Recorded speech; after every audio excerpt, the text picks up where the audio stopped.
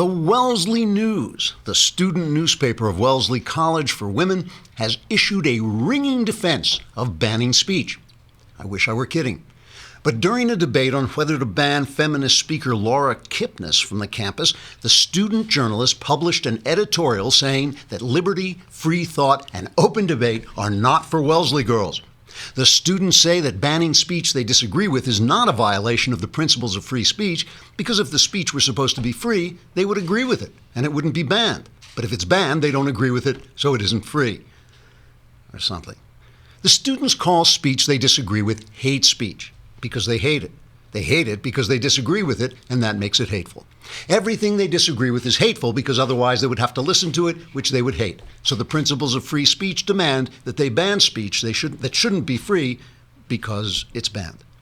Hate speech can be banned without violating free speech because if it were free speech, it would be called free instead of hate. And then they wouldn't hate it and it wouldn't be banned because it would be free and they would agree with it. That's how you can tell speech that shouldn't be banned if Wellesley College girls agree with it. Otherwise, it's hateful, or they would agree with it, and it would be free.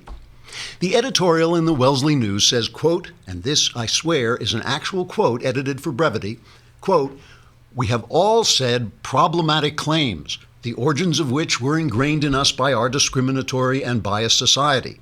Luckily, most of us have been taught by our peers and mentors at Wellesley in a productive way.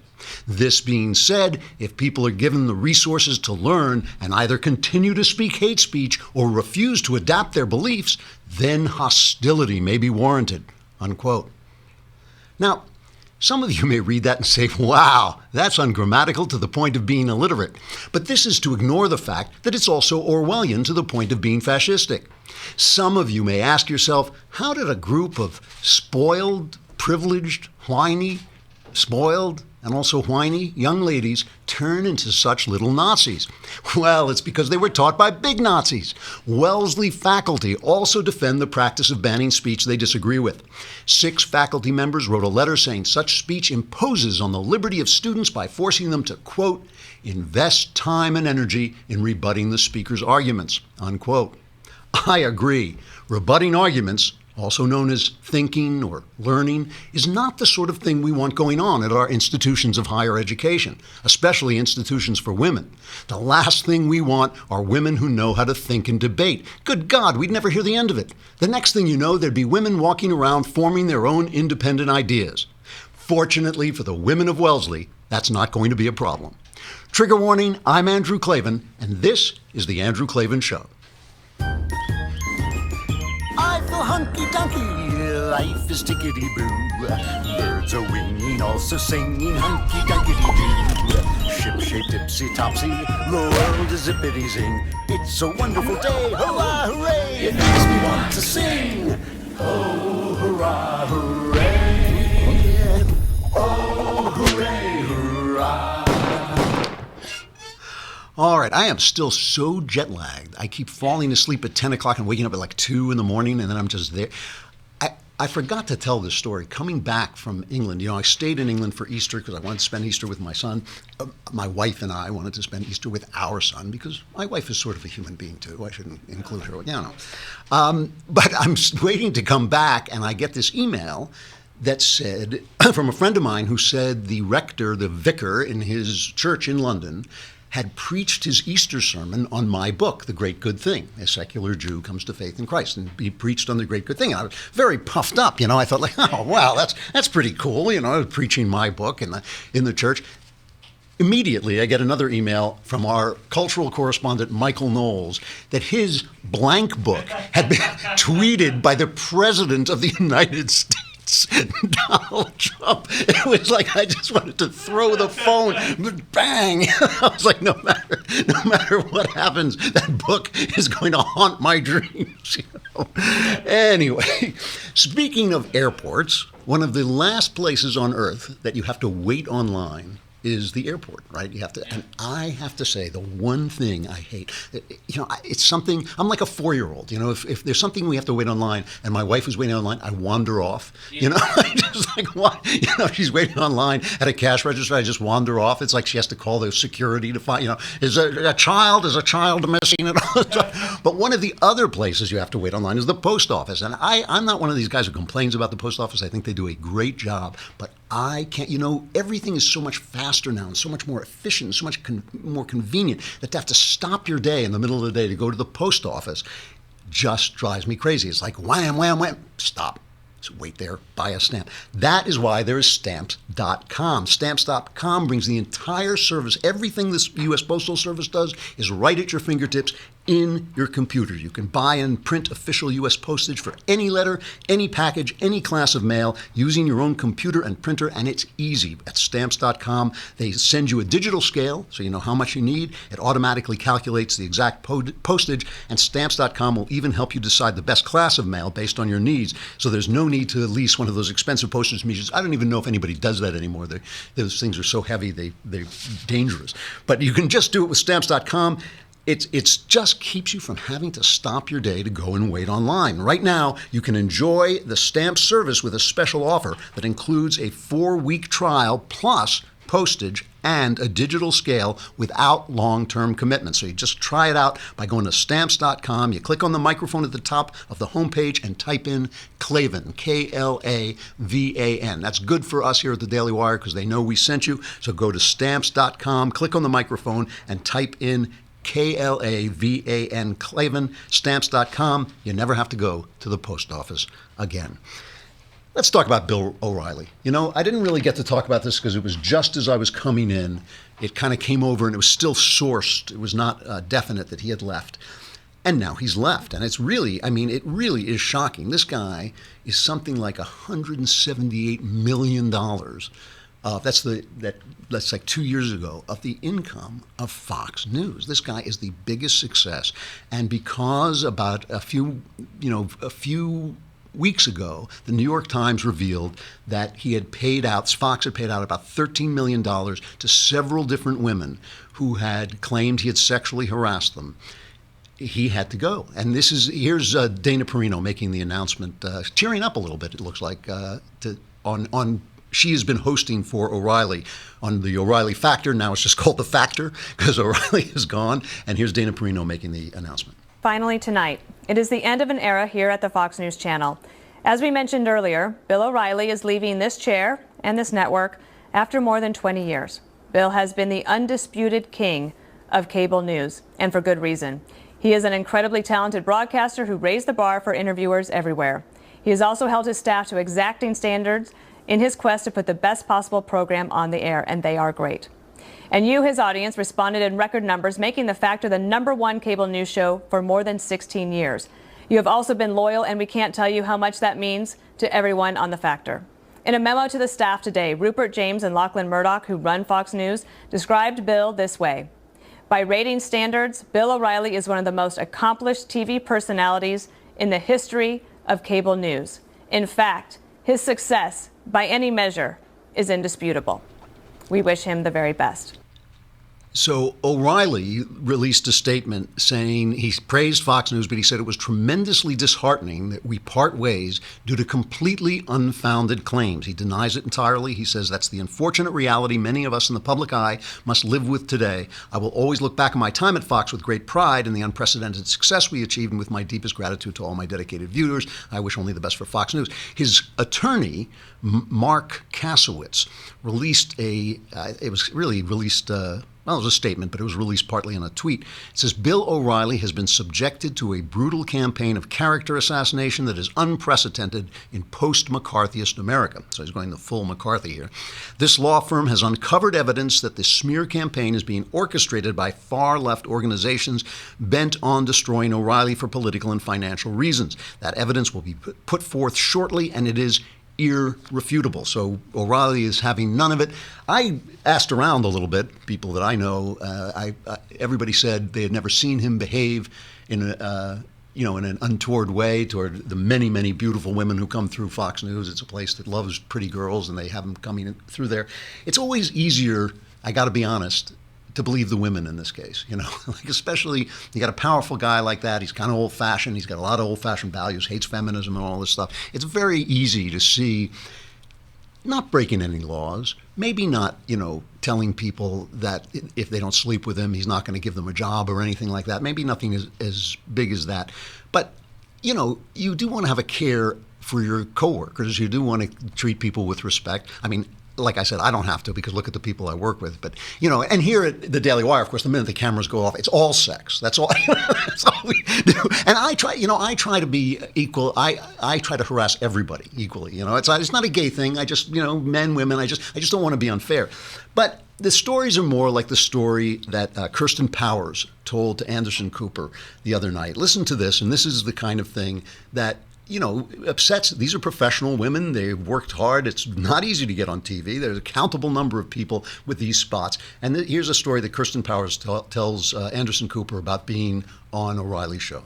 I was on air actually with Margaret Hoover, who's at CNN now, on a regular segment. We were on every Monday, and he got Margaret's name wrong, and Margaret said, "Hey, get my name right." And he said, "Oh, I'm sorry, there's a lot of blondes in this operation. I can't keep you all straight. Megyn Kelly's coming up," starts throwing all these blonde names.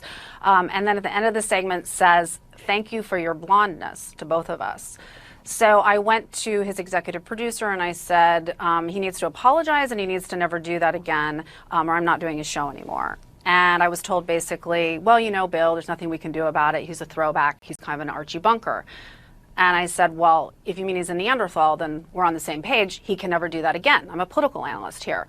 Went to Bill, came back, said, "No, he's not going to apologize." So then I went to I was called into my boss's office. I was told, "What can we do? It's Bill. There's nothing we can do. We're sorry this happened to you, but there's nothing we can do." I complained to Roger Ailes. I was told the same exact thing. "There's nothing we can do. It's Bill. He's a jerk. Nobody likes him." And then Roger said, "Bill, he likes to put up dirty pictures and ask pretty girls to talk about them." And so the whole thing was sort of Bill. Oh, and then he said, what am I going to do? I don't like him, but he makes so much money, there's nothing I can do. That was Wait a minute, who was it who said that? Roger Ailes. And of course, Ailes, Gretchen Carlson lodged a complaint against Ailes, and Ailes had to go too, saying basically that there's this whole culture of this kind of treatment. Look, is this a crime? Is it a felony? Do you get shot down for this? No. Do I make lots of sexist jokes? I try to. I try to make every kind of joke I can because I don't think any political movement should tell me what jokes I can make. If I think it's funny, I think I should be able to say it. But Kirsten Powers is a highly intelligent, highly talented person. If she had a problem with it, she goes on to say that she stayed off his show, and this is the top-rated show on cable. She stayed off his show for 3 years and then went back and said, "Could we try this again and don't do that?" And she said she then developed an excellent relationship with him. Margaret Hoover, whom I've met and is a highly intelligent and extraordinarily attractive woman, she said she never had a problem with him, but she got the message to never be alone in a room with him. So she said, there was this culture there. All this is to say that obviously I wasn't there. I don't know what happened. And I know that the sex part of the story is the interesting part. But there is something really much more important than the feminist or sexual angle on this. Much more important. This marks a division between Rupert Murdoch, who is 86 years old, and his two sons, James and Lachlan, who run 21st Century Fox. Okay, so that's the mother company. These two young guys don't. First of all, they're not conservatives. They hate Ailes. And remember, this is the thing about Fox. You can't staff a place that big with conservatives. There aren't that many conservatives in the business. So there are people on O'Reilly's, staff, his, big people on his staff who are left-wingers and feminists and all kinds of things that O'Reilly then goes on the air and disapproves of, but they're working for him because you cannot staff something in show business with just conservatives. So James and Lachlan, they don't like going to cocktail parties in New York and London and being the conservative guys. They don't like it when all the fancy people are saying, Bill O'Reilly, poof, they don't like the smell of cordite on them. And they want to move. Michael Wolff writes about this in the Hollywood Reporter. He says they hope to reshape. Here's what he says. He says, for 86-year-old Rupert, Fox News is a key part of his legacy, as well as the family company's health, the most profitable news outlet ever, $1.5 billion in profits this year, and among the most influential.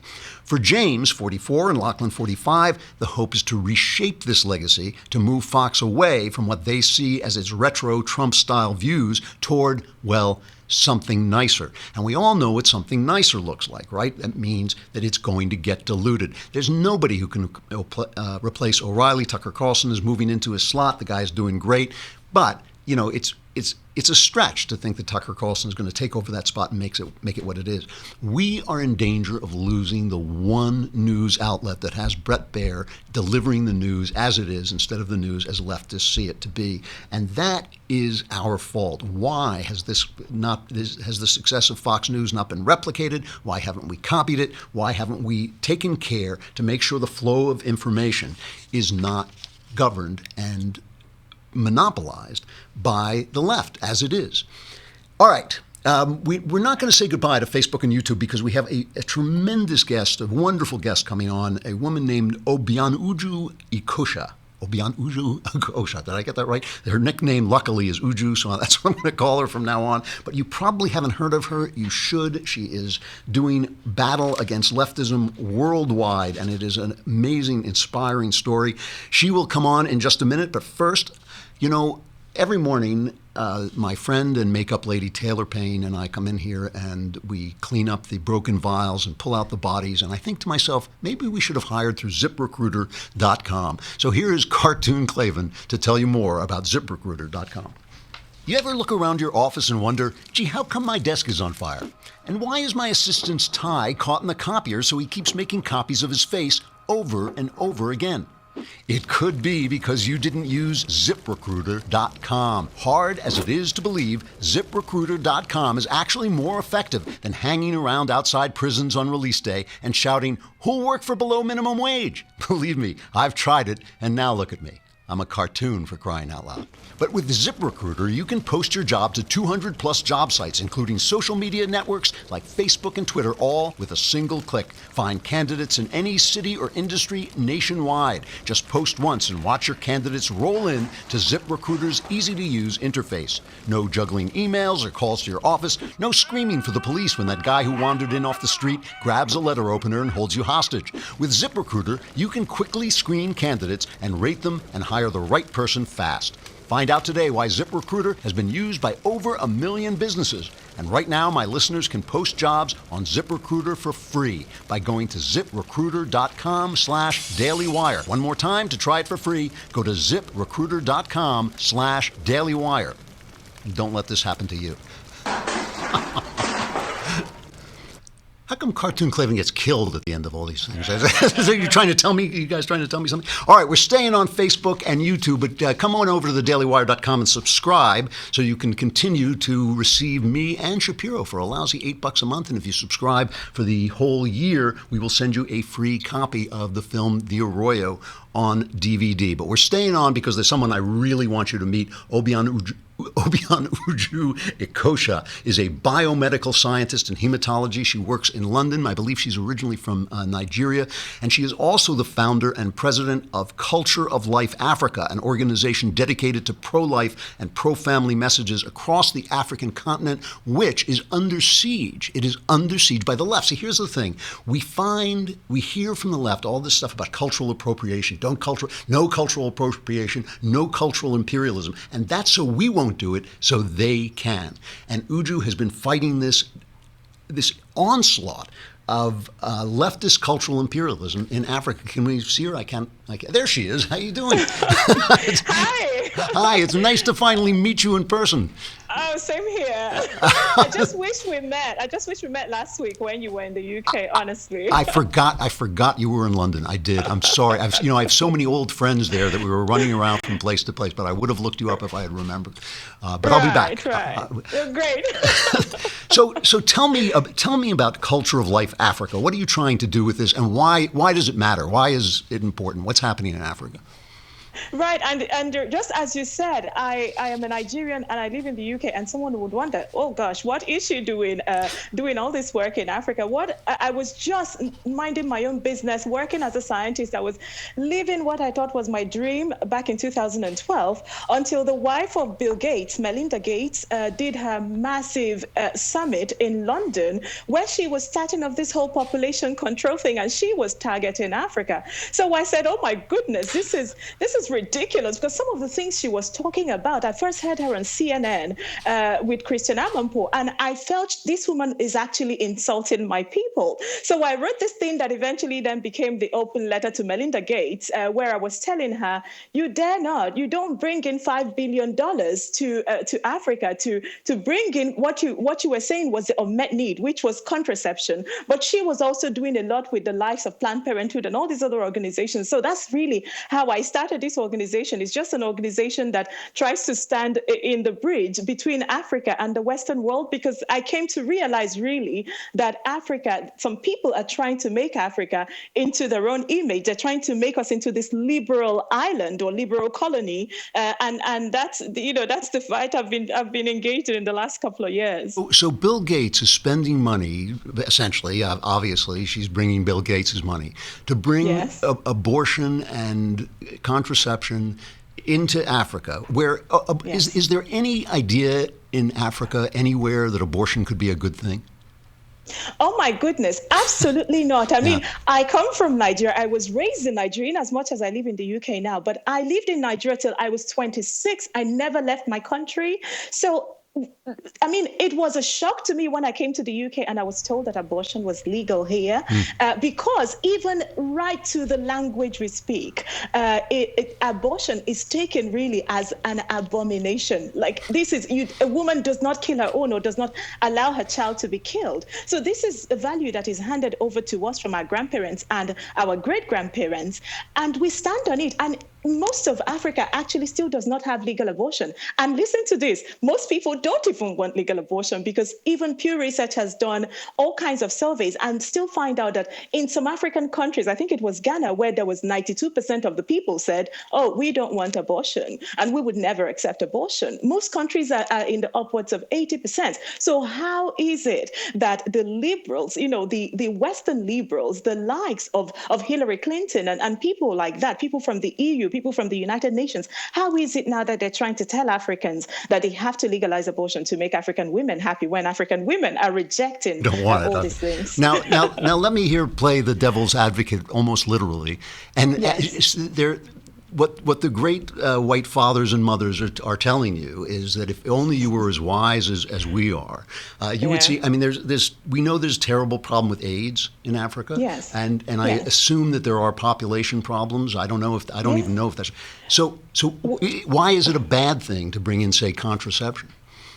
Okay, so what we have in Africa, honestly, this is going to sound crazy, but what we have in Africa is not a problem of overpopulation, but urbanization. So people have moved into cities, into the few cities in the country. So for example, in Nigeria, I can tell you that maybe 80% of the country live in 7 cities, and the rest of the country is completely empty, because the schools, the hospitals, the basic amenities are found only in the cities, or mainly in the cities, and job opportunities. So everyone goes in there and they form slums. People arrange themselves into these slums. And that's what CNN will capture. And so then they tell us, you have an overpopulation problem. But that is not the issue. The point is, in order for something like contraception to take, the African people, first and foremost, have to be convinced that large families are not good things. So I'm from a family of 6 people. First, you're going to have to convince my mother that she should have had 4 instead of 6, right? But really, I have seen,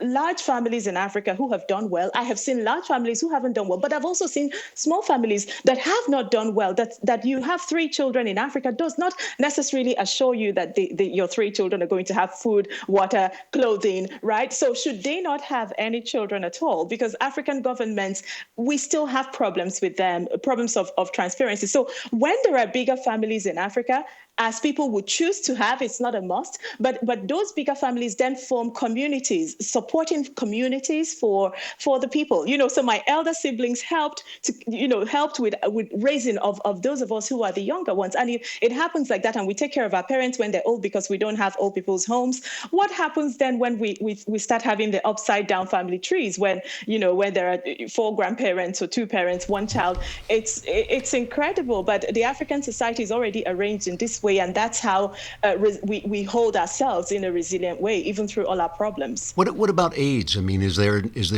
a way? Is there an approach to the AIDS crisis in Africa that you would put forward that is different than this? Yeah. So as a matter of fact, before I left Nigeria, I was actually working as a scientist in Nigeria. And part of what I had done was virology. And we worked with a lot of HIV people. So the scandal of HIV has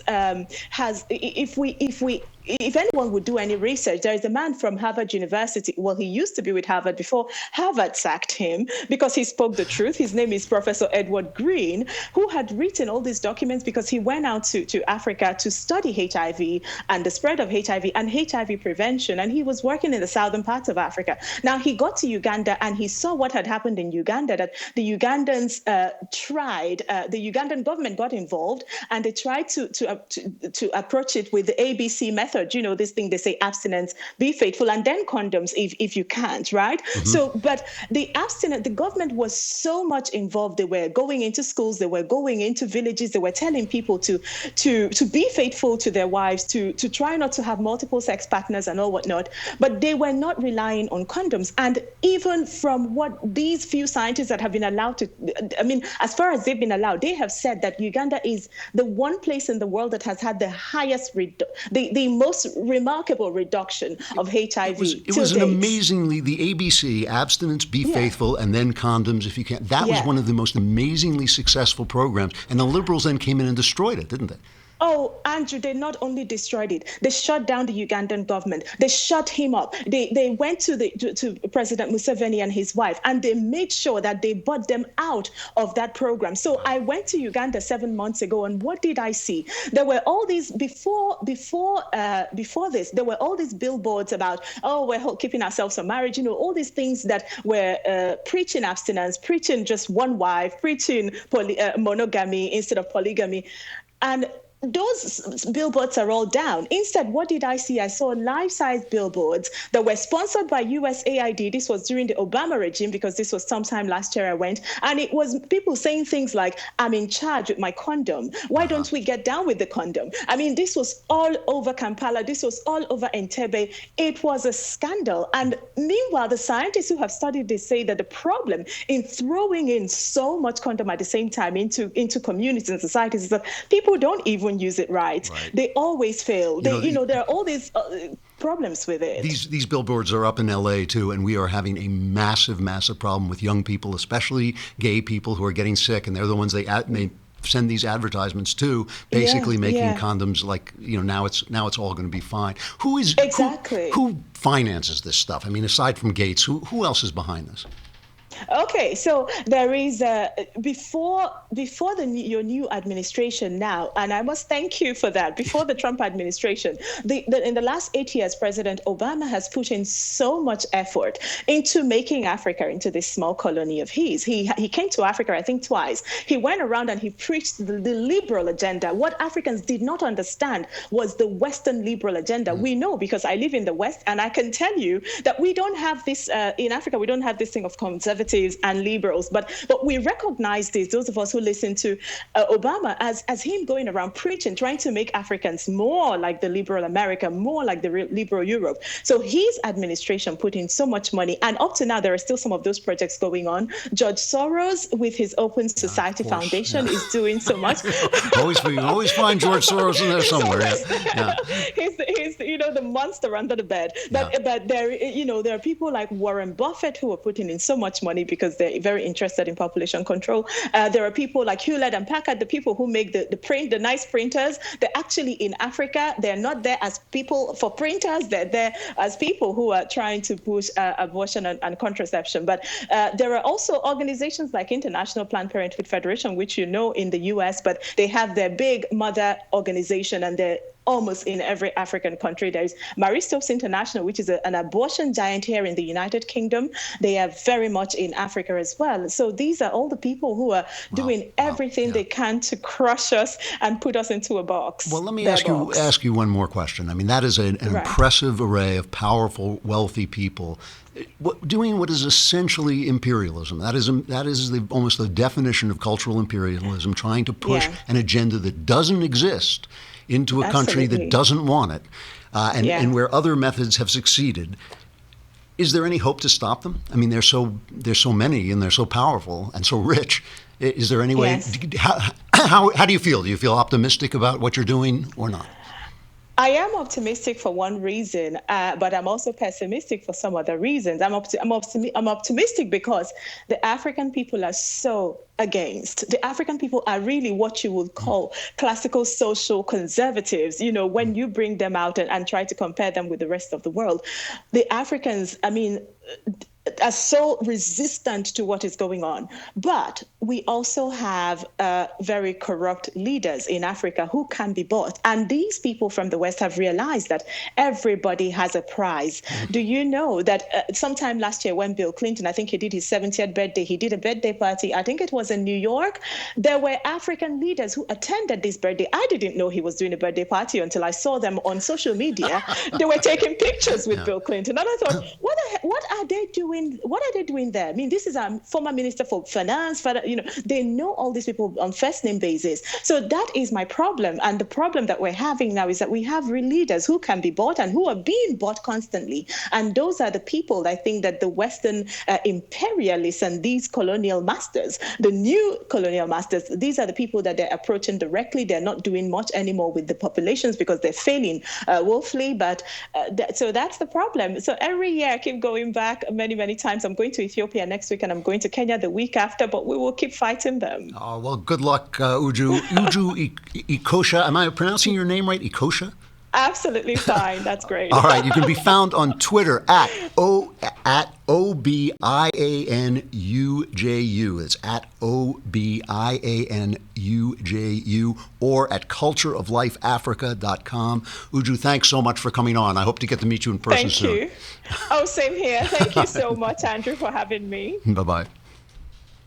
Amazing person. I mean, like, and it's something the left doesn't think. They don't see themselves like that. They see themselves as the great white deliverers, bringing this down. And they also, the typical of the left, they don't hold themselves accountable for results, only for their intentions. So their intentions, obviously, I'm sure, are very good, but they don't think about the fact, like when they went into Uganda and they destroyed that ABC program, they really set loose a wildfire of disease and illegitimacy, and it's just so incredibly destructive.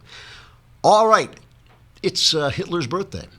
I know you can tell because Jay Hay is wearing his little cardboard hat with the bells. No, I'm joking. So I've been doing stuff. I've been calling it stuff I like about Hitler as a joke, but it's actually stuff I like of movies that concern Hitler. And yesterday we did Downfall. This, I've got to tell you, is one of the greatest movies ever made. I'm sure in any list of 100 great movies, this would have to be one of them.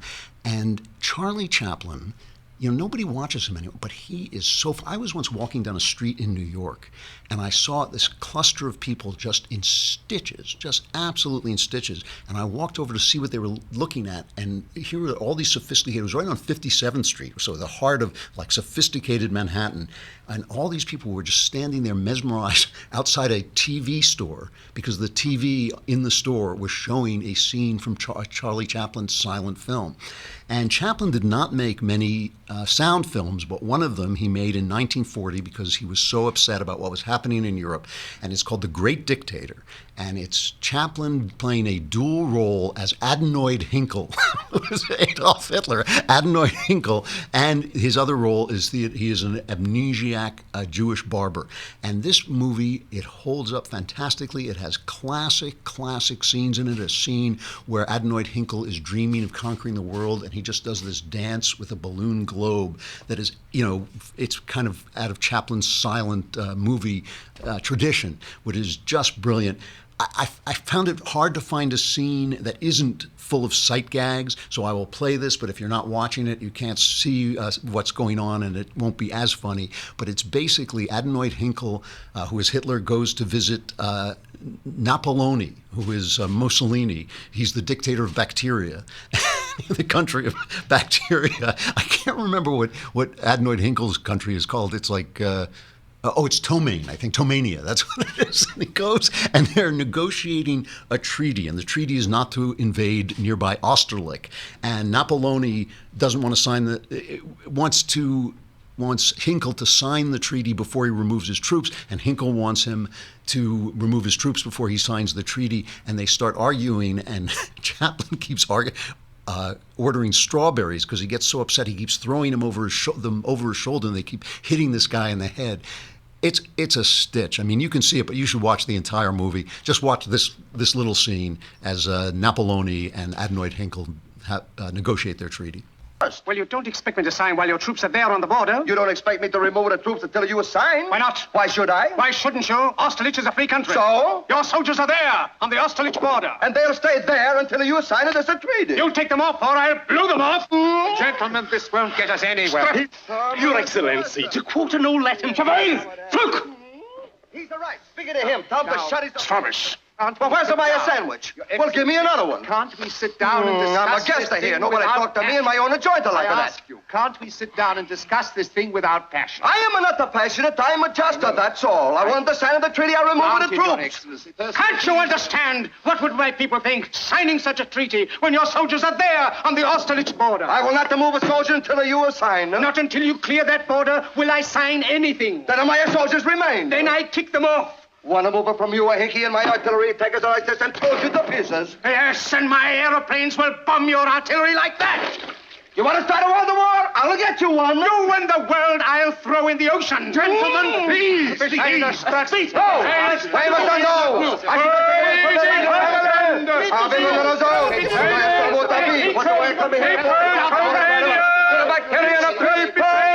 do you claim me? I'm Strawberries. You got to see it. It's classic stuff. I mean, I'm sure if you're just listening, it's not as funny, but it is really good. And it just devolves into an entire food fight where they're accidentally eating all this hot English mustard. The thing that I love about this film, it's just hilarious. The two of them wind up on the sofa just like gagging on the English mustard. The thing that I love about this is like Mel Brooks's The Producers, Springtime for Hitler, laughing at these guys.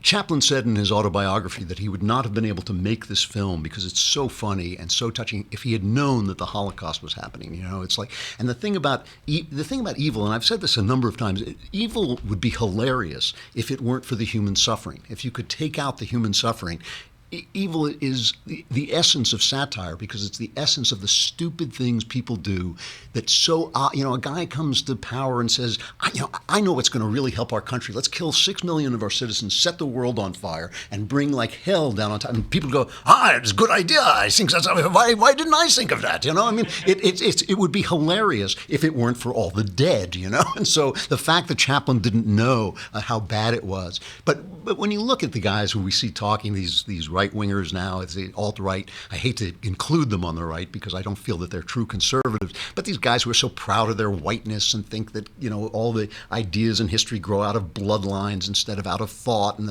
instead of, out of the thought of Athens and the thought of Jerusalem and Christ and all this. They're people who just reduce it to, they're hilarious. They would be hilarious if they weren't so damn destructive. And Chaplin just catches that. He catches what fools they are, and it is just an absolutely uproarious film. You really should just sit down and watch it, with the family. It is just a really wonderful, wonderful movie. The Great Dictator, 1940, Charlie Chaplin, the great Charlie Chaplin. That's it for today. We have another guest tomorrow. I think Mike Duran is coming on to discuss why conservatives won't give Donald Trump a break. That should be a popular Daily Wire theme. I'll never get out of here alive tomorrow. But he's really great, and it'll be worth talking to him. Thank you very much for listening. I'm Andrew Klavan. This is The Andrew Klavan Show, and we will see you again tomorrow.